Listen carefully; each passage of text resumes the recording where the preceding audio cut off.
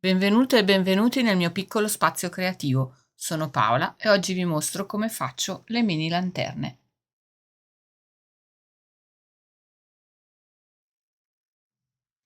Ecco cosa useremo. Per le attrezzature ci servirà una pinza, un tagliatubi e la colla.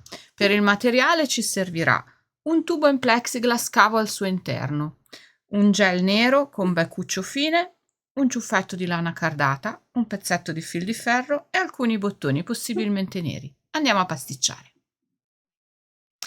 Per prima cosa bisogna tagliare un pezzetto di tubo di plexiglass con il tagliatubi. Io mi sono segnata il punto in cui tagliare, su quel punto va piazzata la lama, stretta alla vite e va fatto girare il tubo in modo che la lama incida e stacchi il pezzetto di tubo. Io l'ho già preparato. Eccolo qua, spellicolato e pronto da decorare. A questo punto con il gel gli disegno sopra il graticcio della lanterna.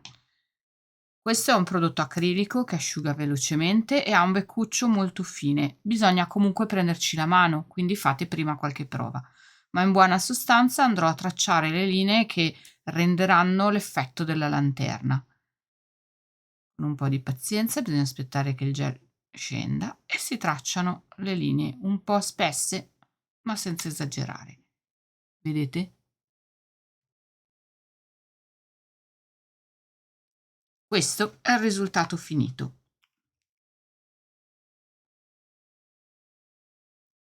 E asciutto soprattutto.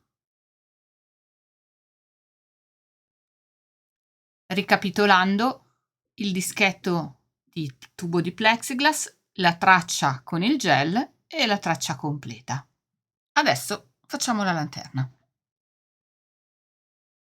Per prima cosa realizziamo la fiammella. Sì, la lana serve per fare la fiammella.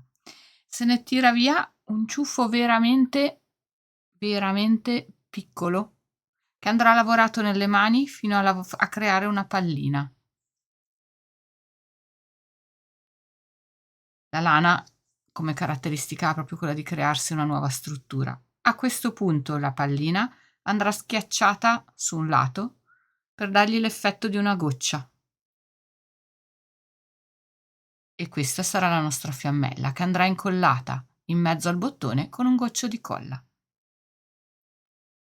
Uno dei due bottoni sarà la base della nostra lanterna. Qui, con un goccino di colla, attaccheremo per prima la fiamma.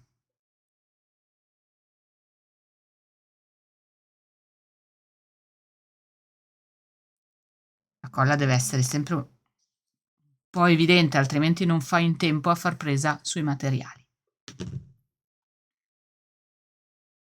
La colla in mezzo fra i 4 buchi e io ci appoggio e schiaccio sopra un pochino la fiammella. Adesso le lascio il tempo di asciugare.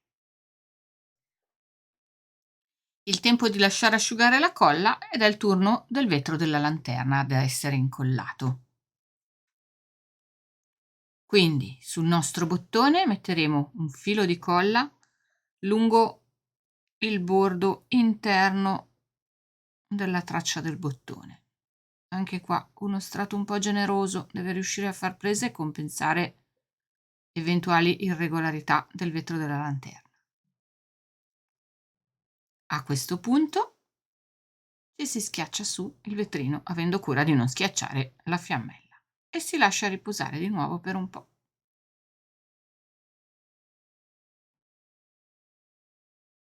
Mentre il vetro si incolla, prepariamo la parte superiore. Il fil di ferro andrà incurvato sfruttando un oggetto tondo per dargli una forma corretta. Io l'ho già preparato girandolo intorno al manico della pinza. Questo piccolo fil di ferro andrà infilato dal rovescio del bottone in 2 dei 4 fori, ovviamente contrapposti. Diventerà l'aggancio della nostra lanterna, la maniglia. Siamo quasi all'ultimo passaggio. Adesso bisogna piegare il fil di ferro per bloccarlo all'interno del coperchio. Quindi per ricapitolare, si taglia il tubo di plexiglass, si traccia la griglia della lanterna, si prepara la fiammella, si incolla il tutto sulla parte sul bottone inferiore che risulterà il fondo della lanterna e si prepara l'asola per sostenere la lanterna sul bottone superiore. Adesso vediamo come. Bisogna fare uscire di qualche millimetro il fil di ferro oltre il bottone e con la pinza ripiegarlo su se stesso in modo che non possa più scappare fuori. Si vede poco, ma c'è, è qua, e l'ho schiacciato. Ecco come viene una volta ripiegato su se stesso. Di nuovo un giro di colla nella parte inferiore del tappo, sul contorno della stondatura, e applichiamo il nostro coperchio della lanterna sulla lanterna che abbiamo realizzato.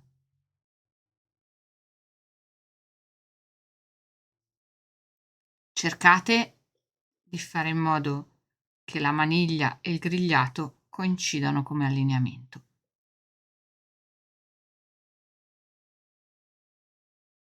Ecco la nostra mini lanterna finita. Adesso non resta altro che sbizzarrire la fantasia per usarla nelle vostre creazioni. Questa è una versione un po' più rustica e presto vi farò vedere come le ho usate io. Rimanete collegate.